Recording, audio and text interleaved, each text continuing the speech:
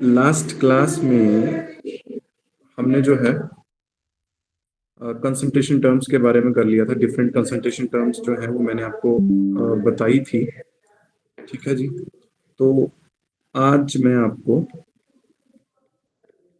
Solution chapter में जो हमारा नेक्स्ट टॉपिक रहेगा दैट इज सॉल्युबिलिटी। अब सबसे इम्पोर्टेंट बात यहाँ पर ये है कि जो सॉल्युबिलिटी टर्म है वो बेसिकली जो है वो किसके लिए यूज होती है? सॉल्यूट के लिए यूज होती है ना। ठीक है जी। So what is solubility? solubility is solubility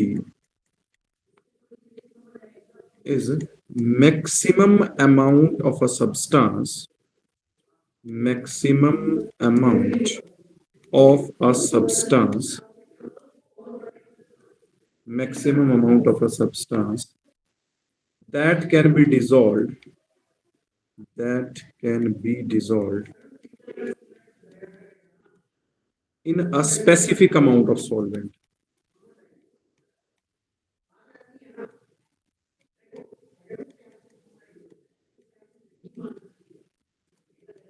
ठीक है जी।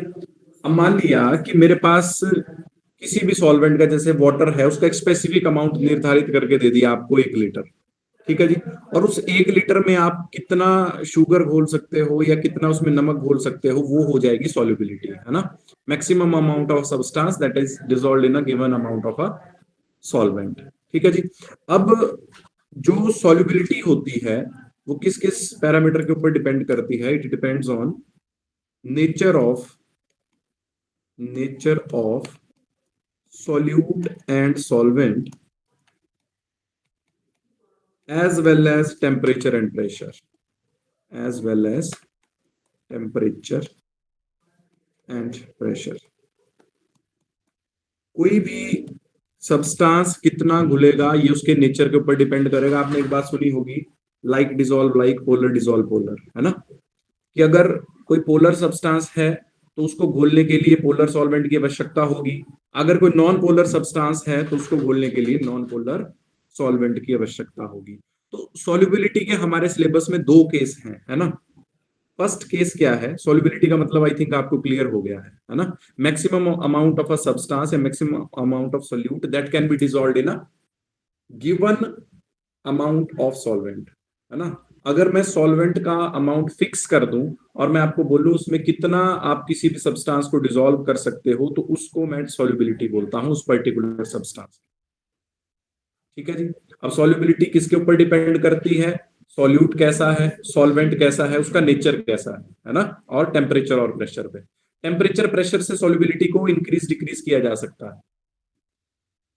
अब आपने एक चीज तो देखी होगी कि जब आप किसी मिठाई की शॉप पे जाते हैं तो वो क्या करते हैं कि जो शुगर सिर्फ वो बनाते हैं तो उसको वो हीट करते हैं। हीट करके होता क्या है कि जो वाटर होता है उसमें ज्यादा से ज्यादा शुगर जो है वो डिसॉल्व की जा सकती है। ठीक है जी। तो टेम्परेचर इंक्रीज करने से वहां पे उन्होंने सॉल्युबिलिटी को इंक्रीज कर दिया। बात समझ रहे हैं जी? जिसको चाशनी बोलते हैं, चाशनी जब बनाते हैं ना तो उसको हीट करते हैं, क्योंकि ठंडे पानी में एक लिमिट तक ही शुगर आप डिसॉल्व कर सकते हो। अगर आप उस पानी में और शुगर को डिसॉल्व करना चाहते हो तो उसके लिए आपको क्या करना पड़ेगा? टेम्परेचर को इंक्रीज करना पड़ेगा, उसको हीट करना पड़ेगा। और जब आप उसको हीट करोगे तो ऑटोमेटिकली उसकी सॉल्युबिलिटी जो है वो इंक्रीज हो जाएगी। ठीक है जी। तो फर्स्ट केस हमारे सिलेबस में है solubility of a solubility of a solid in liquid। ठीक है जी। सॉलिड की सॉल्युबिलिटी किसी लिक्विड में। ठीक है। अब सबसे इंपॉर्टेंट बात ये है कि ये किसके ऊपर डिपेंड करती है? ये 2-3 चीजों के ऊपर डिपेंड करती है, तो वन बाय वन मैं वो आपको बता रहा हूं। ठीक है। अगर डिसोल्यूशन प्रोसेस, मान लिया कि आपने किसी सॉलिड को किसी लिक्विड में घोला, है ना। तो फर्स्ट पॉइंट क्या है? If dissolution process, if dissolution process is exothermic. अगर डिसोल्यूशन प्रोसेस, मान लिया कि आपने किसी सॉलिड को लिक्विड में घोला और प्रोसेस कैसी हुई? वो एक्सोथर्मिक हुई। है ना। तो जो सॉल्युबिलिटी होगी वो टेम्परेचर के इनवर्सली प्रोपोर्शनल होगी, पहली बात, इंपॉर्टेंट पॉइंट है। दूसरी बात, अगर वो डिसोल्यूशन प्रोसेस, अगर डिसोल्यूशन प्रोसेस कैसी हुई, एंडोथर्मिक हुई, अगर एंडोथर्मिक होगी डिसोल्यूशन प्रोसेस तो सॉल्युबिलिटी टेम्परेचर के डायरेक्टली रिलेट करेगी, सॉल्युबिलिटी टेम्परेचर के डायरेक्टली रिलेट करेगी, दूसरा इंपॉर्टेंट पॉइंट। ठीक है जी। Excuse और me, sir. तीसरी चीज, हाँ जी, ये जो एक्सोथर्मिक जब होएगी मींस टू से कि जब हम किसी चीज को डिसॉल्व कर रहे हैं, तो जब हम जो डिसॉल्व कर रहे हैं सोल्यूट को इन सॉल्वेंट, तो जो है एनर्जी रिलीज हो रही है हाँ जी, हाँ जी, हाँ जी, ठीक है ना। बोल रहे हैं। And in an endothermic reaction when we बाहर से dissolve the energy, solute in solvent from externally we have to provide energy, है ना। हाँ जी, हाँ जी, बाहर से आउटर सोर्स से एनर्जी देनी पड़ रही है। Okay okay okay, thank you. जो मैंने आपको भी चाशनी वाला एग्जांपल बताया वो उस केस में आ जाएगा ना, क्योंकि जैसे जैसे टेम्परेचर बढ़ा रहा हूं वैसे वैसे सॉल्युबिलिटी इंक्रीज कर रही है, बाहर से एनर्जी देनी पड़ रही है आउटर सोर्स से। ओके, ठीक है। दूसरी बात इसमें क्या हो गई, दूसरी बात इसमें ये हो गई, nature of solute and solvent. इसमें आ जाएगा लाइक डिसॉल्व लाइक। ठीक है जी। लाइक डिसॉल्व लाइक का मतलब क्या हो गया, लाइक डिसॉल्व लाइक का मतलब हो गया कि जो पोलर सॉल्यूट होगा उसके लिए पोलर सॉल्वेंट की आवश्यकता होगी, जो नॉन पोलर सॉल्यूट होगा उसके लिए नॉन पोलर सॉल्वेंट की आवश्यकता होगी। इसका मतलब हो गया लाइक डिसॉल्व लाइक। ठीक है जी। और प्रेशर का नेग्लिजिबल इफेक्ट होता है ना, pressure has, pressure has negligible effect. ठीक है, इसके ऊपर pressure has negligible effect on the solubility of a solid in liquid. ठीक है जी। क्यों, क्योंकि जो सॉलिड और लिक्विड होते हैं these are highly incompressible gas के कंपैरिजन में। ठीक है जी। तो इसीलिए प्रेशर का इतना ज्यादा रोल यहां पे नहीं रहता। क्यों नहीं रहता, क्योंकि जो सॉलिड्स और लिक्विड्स होते हैं दीज आर हाईली इनकम्प्रेसिबल, किसके कंपैरिजन में, गैसेस के कंपैरिजन में। ठीक है, तो ये हमने देख लिया solubility of a solid in liquid. ठीक है, तो इसमें फर्स्ट मैंने आपको बताया कि जब मैं किसी सॉलिड को लिक्विड में घोल रहा हूं, अगर वो डिसोल्यूशन प्रोसेस एक्सोथर्मिक होगी तो उस केस में जो सॉल्युबिलिटी होगी वो टेम्परेचर के इनवर्सली प्रोपोर्शनल होगी। इन द सिमिलर वे अगर वो डिसोल्यूशन प्रोसेस एंडोथर्मिक हुई तो सॉल्युबिलिटी टेम्परेचर से डायरेक्टली रिलेट करेगी। दूसरा मैंने आपको इसमें बताया nature of solute and solvent. ठीक है, लाइक डिसॉल्व लाइक, इसका मतलब ये हुआ कि अगर मेरे पास पोलर सॉल्यूट होगा तो पोलर सॉल्यूट जो होगा वो पोलर सॉल्वेंट में डिसॉल्व करेगा। सिमिलरली अगर नॉन पोलर सॉल्यूट होगा तो नॉन पोलर सॉल्यूट को घोलने के लिए नॉन पोलर सॉल्वेंट की ही आवश्यकता होगी। अगला पॉइंट मैंने यहां पे ये बताया कि जो प्रेशर होगा उसका नेग्लिजिबल इफेक्ट होगा। प्रेशर का नेग्लिजिबल इफेक्ट इसलिए होगा क्योंकि जो सॉलिड और लिक्विड है these are highly incompressible in nature in comparison to gases. ठीक है जी बात। तो ये फर्स्ट केस है इसमें। अब सेकंड केस हमारे सिलेबस में क्या है, सेकंड केस है हमारे सिलेबस में solubility of a gas in liquid, solubility of a gas in liquid.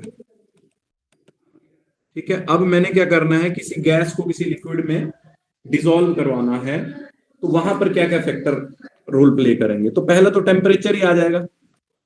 तो एक इंपॉर्टेंट बात यहां पर ये याद रखेंगे कि टेम्परेचर का रोल यहां पर क्या रहने वाला है, solubility is inversely proportional to temperature. क्यों, क्योंकि जब भी मैं किसी गैस को लिक्विड में घोलता हूं तो वो प्रोसेस ऑलवेज एक्सोथर्मिक होती है ना।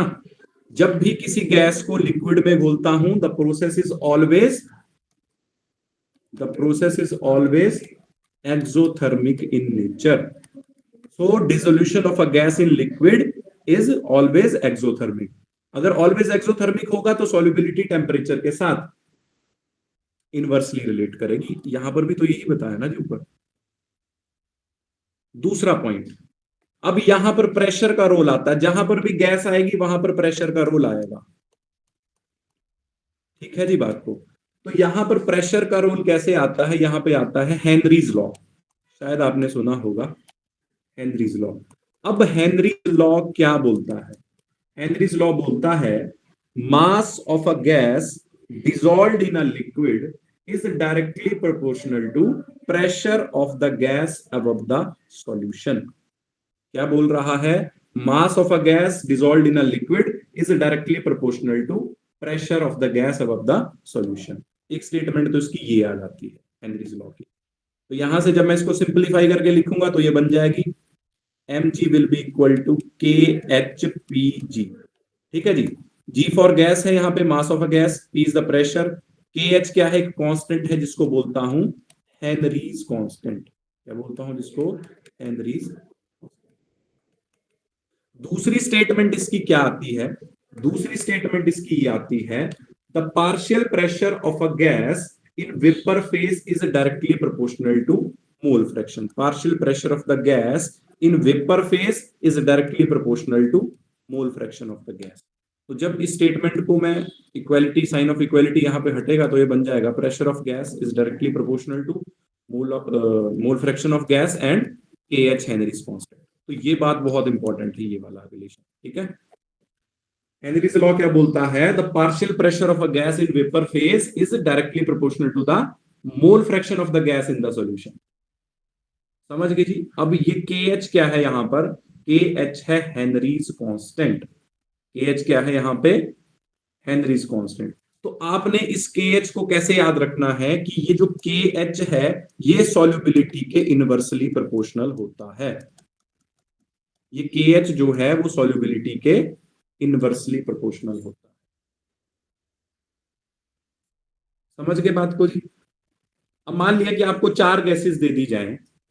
ठीक है, मेरी बात ध्यान से सुनना। क्वेश्चन कैसे आएगा? आप बोलोगे कि तब से थ्योरी करा रहा है, क्वेश्चन बता नहीं रहा। 4 गैसेस दे दी ABCD। ठीक है।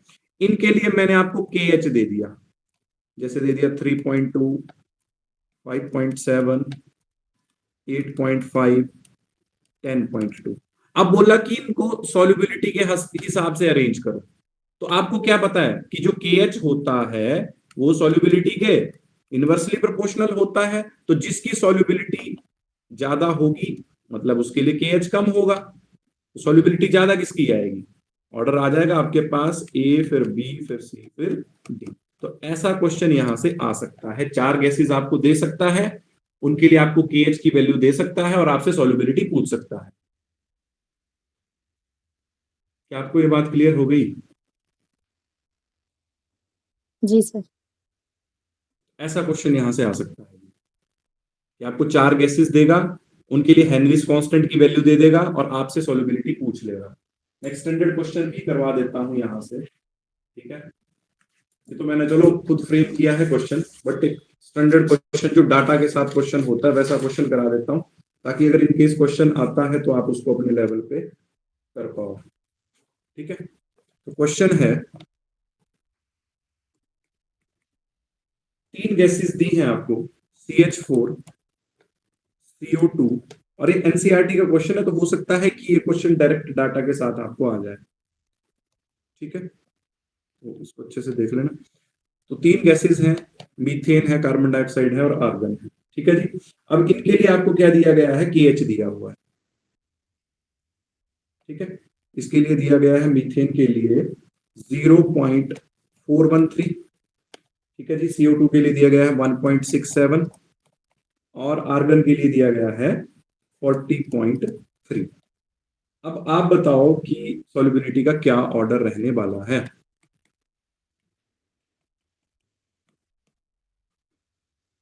बताओ जी, शाबाश, बहुत आसान है।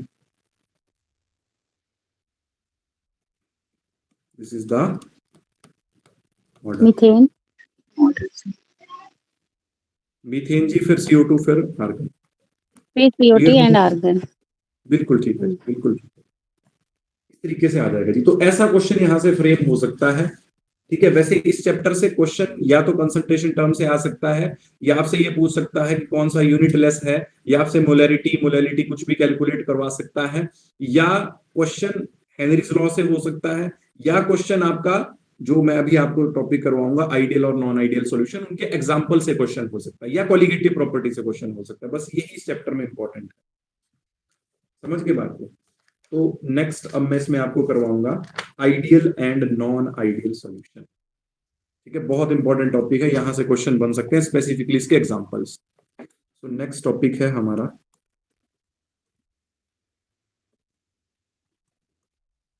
Ideal and non ideal solutions. अब देखो, आप आइडियल और नॉन आइडियल सॉल्यूशंस को कैसे समझ सकते हैं कि जब हम स्कूल टाइम में होते थे तो कुछ आइडियल बच्चे होते थे हमारी क्लास में। ठीक है, आइडियल बच्चे जैसे जो टीचर की बातों को फॉलो करते थे, जैसे टीचर ने कोई काम करने को बोला तो टीचर चाहे उस चीज को भूल भी गया होता था तो बच्चे खुद अपना काम लेके टीचर के पास चले जाते थे कि सर आपने ये काम दिया था। तो उनको बोलते थे आइडियल स्टूडेंट्स, है ना। और नॉन आइडियल ऐसे हो गए जो बचते थे हर चीज से, जो कोई भी काम करके नहीं आते थे। तो वैसा ही सिस्टम यहाँ पे है, एक है आपके पास आइडियल सॉल्यूशन और एक है नॉन आइडियल सॉल्यूशन। तो इंपॉर्टेंट बात कि आइडियल सॉल्यूशन होता क्या है। आइडियल सॉल्यूशन एक ऐसा सॉल्यूशन होता है जो राउल्ड लॉ को फॉलो करता है। तो आप लिख सकते हो a solution which obeys Raoult's law. A solution which obeys Raoult's law over the entire range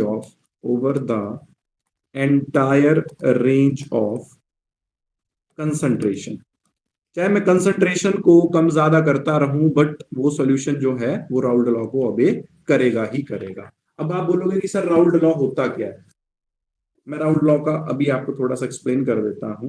देखो, मान लिया कि मेरे पास दो वोलेटाइल लिक्विड से मैंने एक सॉल्यूशन बनाया है जिसमें ए मेरे पास सॉल्वेंट है और बी मेरे पास सॉल्यूट है। ठीक है जी। और ए और बी क्या है, दो वोलेटाइल लिक्विड है। ठीक है, तो जो पी ए होगा, पार्शियल प्रेशर ऑफ ए होगा, मतलब पार्शियल प्रेशर जो सॉल्वेंट होगा उसके मोल फ्रैक्शन के प्रोपोर्शनल होगा। ये बात हमने अभी सीखी थोड़ी देर पहले यहां पर।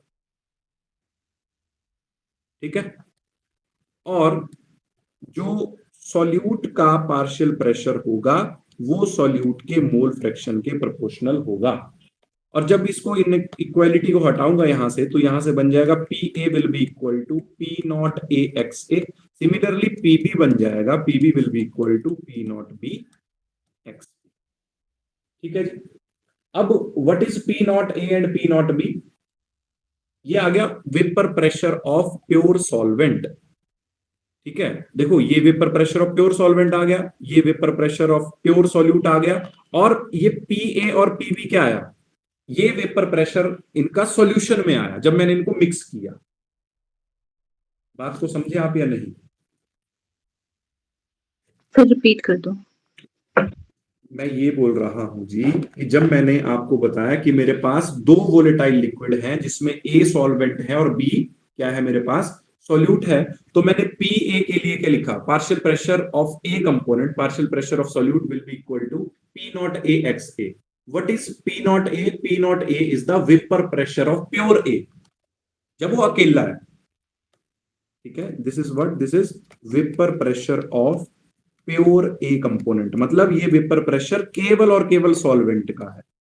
And what is P naught B, this is the vapour pressure of pure B, मतलब वेपर प्रेशर ऑफ सॉल्यूट, केवल और केवल सॉल्यूट का। अब देखो यहां पर अगर मैंने दो कंपोनेंट मिक्स किए हैं तो यहां पर पी टोटल क्या आ जाएगा, टोटल आ जाएगा पी ए प्लस पीबी, मतलब सॉल्यूट का वेपर प्रेशर और सॉल्वेंट का वेपर प्रेशर। तो उसको कैसे लिख सकता हूं, P total will be equal to P naught A x A plus P naught B x B. ठीक है जी। तो इस तरीके से पी टोटल आ जाएगा। तो यही है राउल्ट लॉ, बेसिकली यही है राउल्ट लॉ। मतलब जो इस कंडीशन को फॉलो करते हैं वो राउल्ट लॉ को फॉलो करते हैं, मतलब जिनके लिए P A will be equal to P naught A x A हो, जिनके लिए P naught B x B हो, या जिनके लिए P total P A plus P B हो, या इसको मैं और कैसे लिख सकता हूं, P total will be equal to P naught A x A plus P naught B X. तो ये सारी कंडीशन अगर कोई भी सॉल्यूशन फॉलो कर रहा है तो उसको मैं बोलूंगा कि वो राउल्ट लॉ को फॉलो कर रहा है। वो राउल्ट लॉ को फॉलो कर रहा है। बात समझ गई थी? अब आप बोलोगे कि sir P A P B क्या है यहाँ पे, वो तो आपने बताया नहीं, तो वो भी लिख लो कि पी ए क्या है यहाँ पे, पी बी क्या है। पी ए है vapour pressure of A in solution, vapour pressure of A in solution. Similarly what is PB, vapour pressure of B in solution. देखो पी नॉट ए तो उसका अपना प्योर का अकेले का वेपर प्रेशर आ गया, पी नॉट बी भी अपना अकेले का वेपर प्रेशर आ गया, और पी ए पी बी क्या है कि सॉल्यूशन में उसका वेपर प्रेशर क्या रहा। अब आपको वेपर प्रेशर का मतलब पता है, वेपर प्रेशर का मतलब भी आपको बताऊं, प्लीज जल्दी से रिप्लाई करें, अदरवाइज मैं वेपर प्रेशर का मतलब भी आपको बता दूंगा। सर बता दीजिए। ओके जी, ओके ओके जी। मान लिया कि यहां पर मैंने एक बीकर में वाटर लिया है, ठीक है जी, और यहां पे मैंने क्या किया, एक बर्नर के साथ इसको कनेक्ट कर दिया, ठीक है जी, ऊपर से इसको कवर कर दिया, ठीक है। तो इनिशियली क्या होगा कि जैसे मैंने इसमें वाटर लिया है तो इनिशियली बॉयल होगा वाटर, ठीक है। तो बॉयल होने के बाद जैसे जैसे उसकी फिर फ्यूम्स बन के ऐसे ऊपर चली जाएंगी, ठीक है। ऊपर जाने के बाद ये ठंडे होके इसके ऊपर जैसे स्ट्राइक हो जाएंगे, ठीक है। मान लिया कि इसकी जो फ्यूम्स चलेगी वाटर वेपर्स की, वो ऊपर पहले इकट्ठी हो जाएंगी, उसके बाद क्या होगा, वो ठंडी होंगी और वापस से वो इसी सॉल्यूशन में या इसी वाटर में या इसी सॉल्वेंट में गिरने लग जाएंगी, है ना। सो what is vapour pressure, the pressure exerted by the vapour on the surface of liquid in equilibrium. मतलब बोलने का मतलब ये है कि जब मैं इस वाटर को अगेन बॉयल करता रहूंगा तो यहां पर एक इक्विलिब्रियम की सिचुएशन बनेगी। इक्विलिब्रियम की सिचुएशन का मतलब कि जिस गति से वेपर बन रहे हैं उस गति से वो कंडेंस होके वापस से सॉल्यूशन में गिर जाएंगे। मतलब rate of evaporation will be equal to rate of condensation. उस अवस्था को मैं बोलता हूं vapour pressure of that particular liquid. मतलब जिस गति से वेपर बन रहे हैं उस गति से वो ठंडे होके वापस से इस वाटर में या इस लिक्विड में गिर रहे हैं, उसको बोलता हूं vapour pressure. The pressure exerted by the vapour on the surface of liquid in equilibrium. ठीक है जी बात। ओके अब हमारी बात चली थी आइडियल नॉन आइडियल की। तो ये तो मैंने आपको सारी कंडीशंस बता दी कि जो इस चीज को मानता है, फॉलो करता है, वो मतलब राउल्ट लॉ को राउल्ट लॉ को फॉलो करता है, ठीक है जी। सो आइडियल सॉल्यूशन ऐसे सॉल्यूशन होते हैं जो राउल्ट लॉ को फॉलो करते हैं। अगली इंपॉर्टेंट बात है इसके लिए, आइडियल सॉल्यूशन के लिए, ठीक है जी। पहली बात तो ये हो गई, प्लीज सारी कंडीशंस को अच्छे से लिखना। ये फर्स्ट कंडीशन होगी कि वो राउल्ट लॉ को फॉलो करते हैं। दूसरी कंडीशन है कि इनके लिए एंथैल्पी ऑफ मिक्सिंग जीरो होती है, डेल वी मिक्सिंग भी जीरो होती है, ठीक है जी। और अगली इंपॉर्टेंट बात, जो ए इंटरेक्शंस होंगी, ए इंटरेक्शन का मतलब सॉल्वेंट सॉल्वेंट की इंटरेक्शन, या जो बी इंटरेक्शंस होंगी किसमें, आइडियल सॉल्यूशन में, वो किसके बराबर होंगी, ए बी इंटरेक्शन के बराबर। इसका क्या मतलब हुआ, किसी आइडियल सॉल्यूशन में जो सॉल्वेंट सॉल्वेंट के बीच की इंटरेक्शंस होती हैं या सॉल्यूट सॉल्यूट के बीच की इंटरेक्शंस होती हैं, उनका मैग्नीट्यूड सॉल्यूट सॉल्वेंट की इंटरेक्शन के बराबर होता है। समझ गए जी इस बात को भी? यस और नो, या फिर से रिपीट करूं? एक सर मेरे को थोड़ा सा एंथैल्पी स्ट्राइक नहीं कर रहा, आप मुझे एंथैल्पी बता देंगे? मैम देखो एंथैल्पी का मैं पूरा कंसेप्ट जो है वो थर्मो में एक्सप्लेन करूंगा। यहां पर जस्ट आप ये याद रखो कि जैसे मैंने दो सॉल्यूशन को मिक्स किया, वहां पे हीट रिलीज हुई है, एंथैल्पी रिलीज हुई, मतलब उसमें कोई भी चेंज नहीं आया जब मैंने सॉल्यूट सॉल्वेंट को मिक्स किया। अच्छा, अभी फिलहाल के लिए आप ये चीज याद रखो, क्योंकि अगर मैं आपको एंथैल्पी एक्सप्लेन करने लग जाऊंगा तो ये टॉपिक भी आधा रह जाएगा। इन अ लेमैन लेमन लैंग्वेज में हम्म देखो मैम, जैसे मान लिया कि ये सॉल्यूट है, ठीक है, और ये सॉल्वेंट है। इन दोनों को मैंने मिक्स कर दिया, ठीक है जी, सॉल्यूट को भी डाल दिया, इसको भी डाल दिया। अब यहां पर एंथैल्पी ऑफ मिक्सिंग का मतलब हो गया कि इसमें हीट चेंज कोई नहीं आएगा, मतलब ना इसका टेम्परेचर बढ़ेगा ना इसका टेम्परेचर कम होगा। Okay, when there will be any change, मतलब अगर जब हम किसी सॉल्यूट और सॉल्वेंट को मिक्स करते हैं अब फिर मान जो लिया ना, अब मान लिया मैं एनर्जी। कोई दो चीजें मिक्स कर रहा हूं, ठीक है, हम्म। मान लिया कि एक का टेम्परेचर ज्यादा है, एक का टेम्परेचर कम है, तो दो चीजों को मिक्स करूंगा तो उनके उसमें टेम्परेचर में वेरिएशन आएगी ना। या मान लिया जो कि जैसे मिक्सचर मींस आफ्टर दैट जो आप सॉल्यूशन बना उसमें। आप इस चीज को ऐसे समझ लो कि मान लिया कि एक चाय आपने 10 मिनट पहले बनाई है और एक चाय आपने अभी बनाई। अब जब आप उन दोनों को मिक्स करोगे तो उन दोनों का जो मिक्सचर बनेगा उसमें थोड़ी सी टेम्परेचर में वेरिएशन आएगी, पर यहाँ पे मींस ऐसा नहीं होगा। सॉल्यूशन जो बनेगा उसके टेम्परेचर में क्या वेरिएशन है? मैम फिर से रिपीट करो, मैं आपकी बात नहीं समझा। आप क्या मींस जब हम सोल्यूट और सॉल्वेंट को मिक्स कर रहे हैं देन वी गेट सॉल्यूशन, तो मींस एक की एनर्जी अलग है, सोल्यूट की अलग है, मतलब एनर्जी टेम्परेचर अलग है एंड सॉल्वेंट का अलग है। जब हम उनको मिक्स कर रहे हैं और एक सॉल्यूशन बन के आ रहा है तो उनकी एनर्जी में जो चेंज हुआ that we call as the enthalpy. Constant रहेगा, हाँ ओके, वो कांस्टेंट रहेगा। ठीक है। ठीक है, ओके।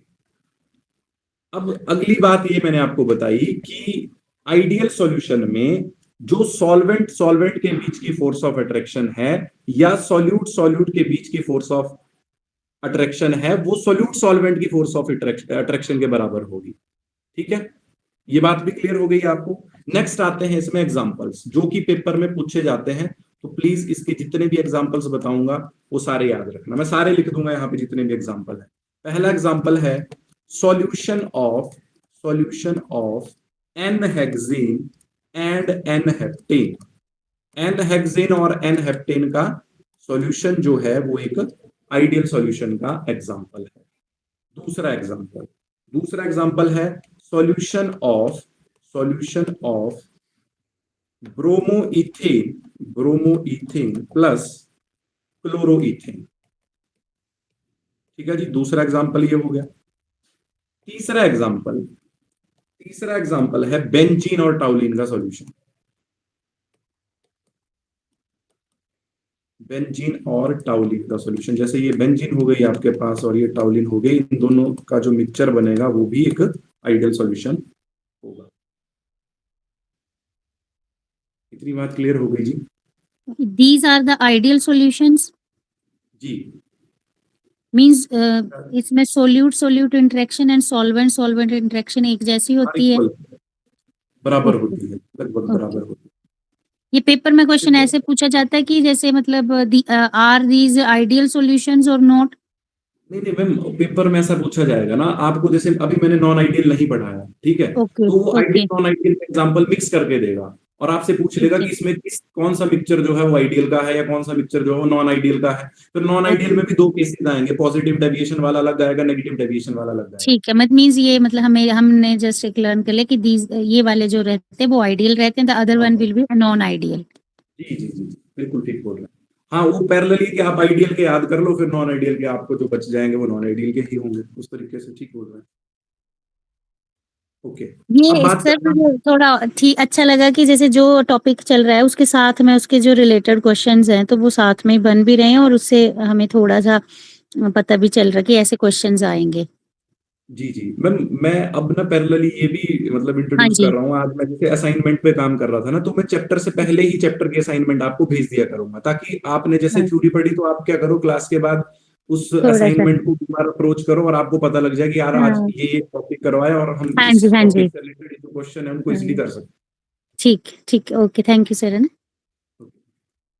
तो आगे जी, आगे है इसमें नॉन आइडियल सॉल्यूशन। तो नॉन आइडियल को सीधा सा याद रखने का तरीका ये है कि जो चीजें आइडियल में हुई वो नॉन आइडियल में नहीं हुई। ठीक है जी, तो सिंपल सी बात है, P A will not equal to P naught A x A. ठीक है जी, दूसरी बात, P B will not equal to P naught B X. तीसरी बात, P total will not equal to P A plus P B. ठीक है जी। तो ये सारी बातें भी आपसे क्वेश्चन की फॉर्मेट में पूछी जा सकती हैं। तो ये सारी कंडीशन जो है वो नॉन आइडियल सॉल्यूशंस की है। ठीक है, नॉन आइडियल सॉल्यूशन में P A will not equal to P naught A x A, P B will not equal to P naught B x B, P total will not equal to P A plus P B, है ना। अगली condition enthalpy of mixing, जैसे del H mixing मैंने आपको वहां पे कितना बताया था, 0 बताया था, दर not equal to 0। Volume of mixing वहां पर कितना बताया था, 0 बताया था, दर नॉट इक्वल टू 0। तो मतलब जो चीजें वहां पर होंगी वो यहां पर नहीं होंगी। अब वहां पर एक और कंडीशन मैंने आपको बताई, देखो अगर आपको वो समझ आ गया तो मैंने आपको वहां पे बताया था कि जो सॉल्वेंट सॉल्वेंट की क्या थी, इंटरेक्शन थी, वो किसके बराबर थी, सॉल्यूट सॉल्यूट इंटरेक्शन, और वो सॉल्यूट सॉल्वेंट इंटरेक्शन के बराबर थी। यहां पर ऐसा नहीं है। Solvent solvent interaction and solute solute interaction are not equal to solute solvent interaction.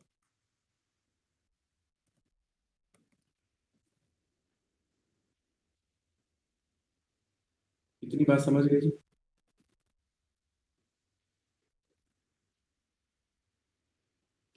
Ji sir.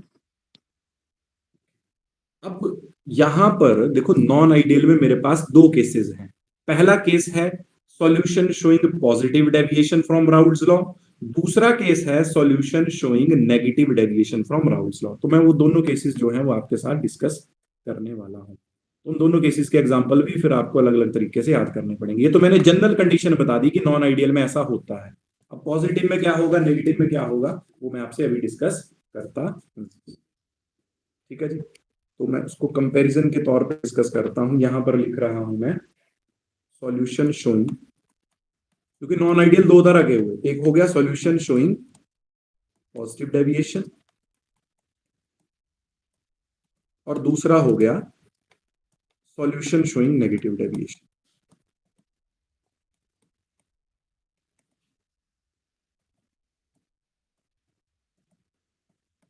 Okay. अब जो पॉजिटिव डेविएशन वाली बात है, solution showing positive deviation, positive का मतलब क्या है कि कोई अच्छी चीज हो रही है ना।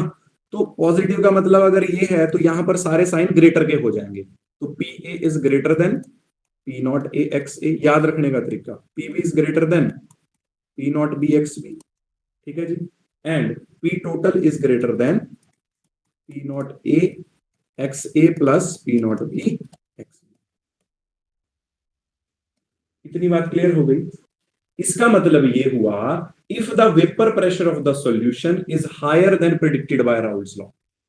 अगर राउल्ड लॉ ने किसी चीज का वेपर प्रेशर, किसी सॉल्यूशन का वेपर प्रेशर अगर प्रिडिक्ट जितना किया है, अगर उससे वैल्यू ज्यादा आए तो वो सॉल्यूशन राउल्ड लॉ से पॉजिटिव डेविएशन शो करेगा। अगर किसी सॉल्यूशन का जितना वेपर प्रेशर राउल्ड लॉ ने प्रिडिक्ट किया है उससे कम आए तब वो सॉल्यूशन नेगेटिव डेविएशन शो करेगा। ये बात आपको क्लियर हुई? सर अब फिर से इसको लिख बताइए, लीजिए। सर मैं मुझे फिर से सुनाई। रिपीट कर रहा हूं, फिर से रिपीट कर रहा हूं जी। मैंने ये बोला कि राउल्ड लॉ ने सॉल्यूशन का वेपर प्रेशर प्रिडिक्ट कर दिया, मान लिया 50 प्रिडिक्ट कर दिया। वो अगर 55 आ रहा है तो 50 से 55 ज्यादा हुआ तो मतलब सॉल्यूशन वहां पर पॉजिटिव डेविएशन शो करेगा। अगर वो 45 आ रहा है तो मतलब सॉल्यूशन नेगेटिव डेविएशन शो करेगा। अगर वेपर प्रेशर जितना राउल्ड लॉ ने प्रिडिक्ट किया है उससे ज्यादा आ रहा है तो वो सॉल्यूशन पॉजिटिव डेविएशन शो करेगा राउल्ड लॉ से। अगर किसी सॉल्यूशन का वेपर प्रेशर जितना राउल्ड लॉ ने प्रिडिक्ट किया है उससे कम आ रहा है तो वो सॉल्यूशन राउल्ड लॉ से नेगेटिव डेविएशन शो करता है। आई थिंक अब क्लियर हो गया होगा। ठीक है जी। अगली कंडीशंस यहां पर क्या है, अगली कंडीशंस हैं A B interactions, AB interactions are weaker than AA and BB। मतलब अगर कोई सॉल्यूशन पॉजिटिव डेविएशन शो कर रहा है तो उस सॉल्यूशन में जो सॉल्यूट और सॉल्वेंट के बीच की इंटरेक्शन होगी वो कम होगी as comparison to solvent solvent and solute solute interaction. इस बात को मैंने यहां लिख दिया है। ठीक है जी। अगली बात, del H mixing is greater than 0। Del V mixing is greater than 0। तो ये सारी की सारी कंडीशन जो है वो पॉजिटिव डेविएशन में होती हैं। अब बात करता हूं पॉजिटिव डेविएशन में एग्जांपल्स की, जो कि पेपर में आते हैं। तो पहला एग्जांपल आएगा यहां पॉजिटिव डेविएशन में, solution of ethanol and acetone. Ethanol and acetone का जो सॉल्यूशन होता है वो पॉजिटिव डेविएशन शो करता है राउल लॉ से। दूसरी बात आएगी इथेनॉल और वाटर का। इथेनॉल वाटर का सॉल्यूशन भी पॉजिटिव डेविएशन का एग्जांपल है।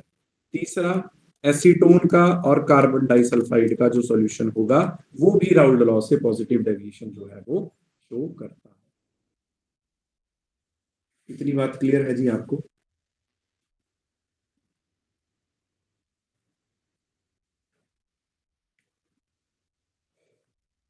तो ये हो गया सॉल्यूशन शोइंग पॉजिटिव डेविएशन।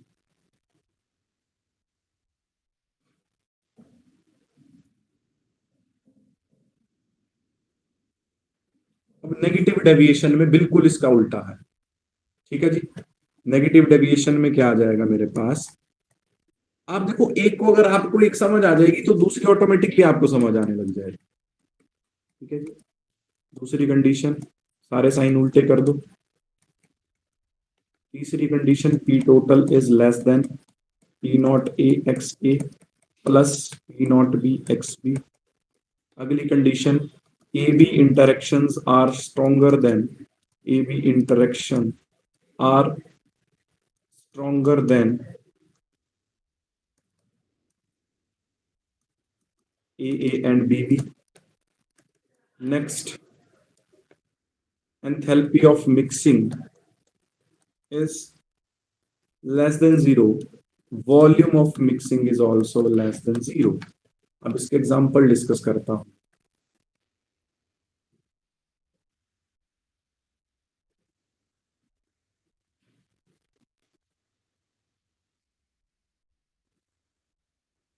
इसके एग्जाम्पल्स हैं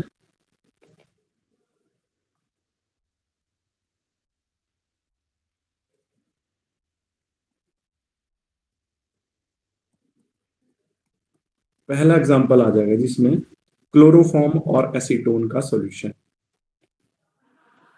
इसका सॉल्यूशन क्लोरोफॉर्म प्लस एसीटोन का solution.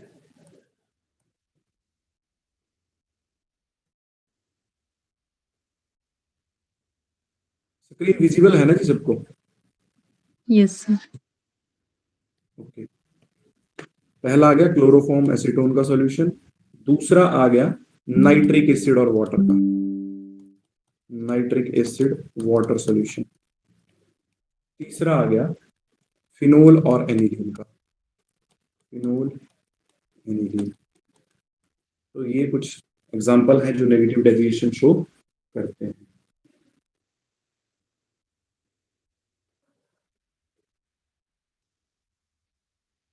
What is this phenol and phenol and aniline, aniline इसको Okay. बोलते हैं जब बेंजीन के ऊपर NH2 ग्रुप होता है, इसको एनिलीन बोलते हैं। और अगर रिंग के ऊपर OH ग्रुप होता है तो उसको फिनोल बोलते हैं।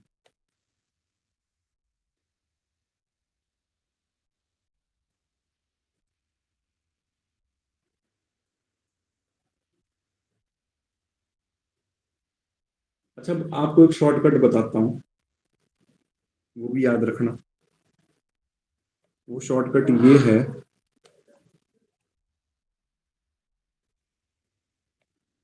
अगर मैं CCl4 के साथ कुछ भी दूसरा सॉल्यूशन लूं तो वो हमेशा पॉजिटिव डेविएशन ही शो करेगा। दूसरा इंपॉर्टेंट पॉइंट, अगर क्लोरोफॉर्म CHCl3 के साथ कोई भी दूसरा कंपाउंड लेता हूं तो वो नेगेटिव डेविएशन ही शो करेगा। तीसरी बात, अगर बेंजीन के साथ कुछ भी दूसरा कंपाउंड लेता हूं, या दिया हुआ हो आपको पेपर में, तब वो पॉजिटिव डेविएशन ही शो करेगा। और लास्ट पॉइंट, अगर मेरे पास कोई एसिड दिया गया है, एसिड के साथ कोई दूसरा सब्सटेंस दिया गया है, तब वो नेगेटिव डेविएशन शो करेगा। दिस इज वेरी इंपॉर्टेंट, इसको नोट करके लिख लो, ये बुक्स में नहीं मिलेगा।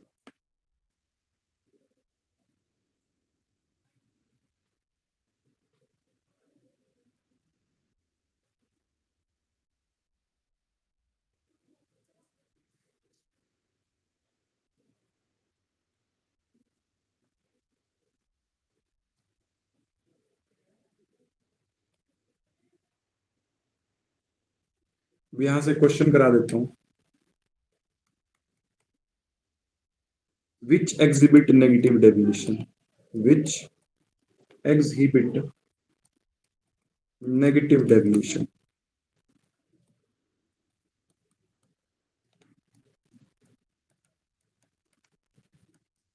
ऑप्शंस आर CCl4 बेंजीन, दूसरा आ गया C2H5OH प्लस वाटर, तीसरा आ गया एसीटोन प्लस CHCl3, लास्ट आ गया CCl4 प्लस CH3OH। अब देखो, अगर आपको शॉर्टकट भी याद हो ना, जो मैंने भी लिखाया, आंसर देखो will be CCl4, C. Answer will be C, बिल्कुल ठीक है। Yes, answer is C. अब देखो, अभी मैंने आपको बताया ना कि CCl4 के साथ कुछ भी दिया हो तो पॉजिटिव ही होगा, तो देख लो CCl4 है यहाँ पे, इसके साथ कुछ भी दिया है तो मतलब ये पॉजिटिव डेविएशन ही होगी, जो आपको अभी मैंने इंपॉर्टेंट पॉइंट में ऊपर लिखवाया। ये देखो सबसे पहला पॉइंट।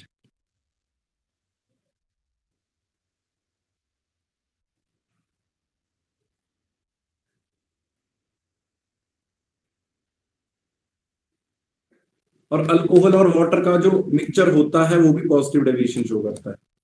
ठीक है, तो ये ही ऑप्शन बची नेगेटिव के लिए। तो आई थिंक मैंने लिखाया भी था आपको ऊपर अभी। That's all for today. अगर किसी को कोई डाउट होगा तो आप मेरे से कभी भी पूछ सकते हैं। ठीक है जी, तो उस टॉपिक को अच्छे से रेडी कर लो। बाकी मैं आपको सॉलिड स्टेट की असाइनमेंट आपको अभी आ गई है मेरे पास, उसको विद इन 5 मिनट्स में आपके साथ शेयर कर दूँ। ठीक है जी, आप उसको भी सॉल्व करने का ट्राई करें। फिर एक दिन हम असाइनमेंट डिस्कशन के लिए ही रखेंगे, उस दिन मैं आपके सारे डाउट्स ले लिया करूंगा। ठीक है जी बात। So that's all for today, thank you.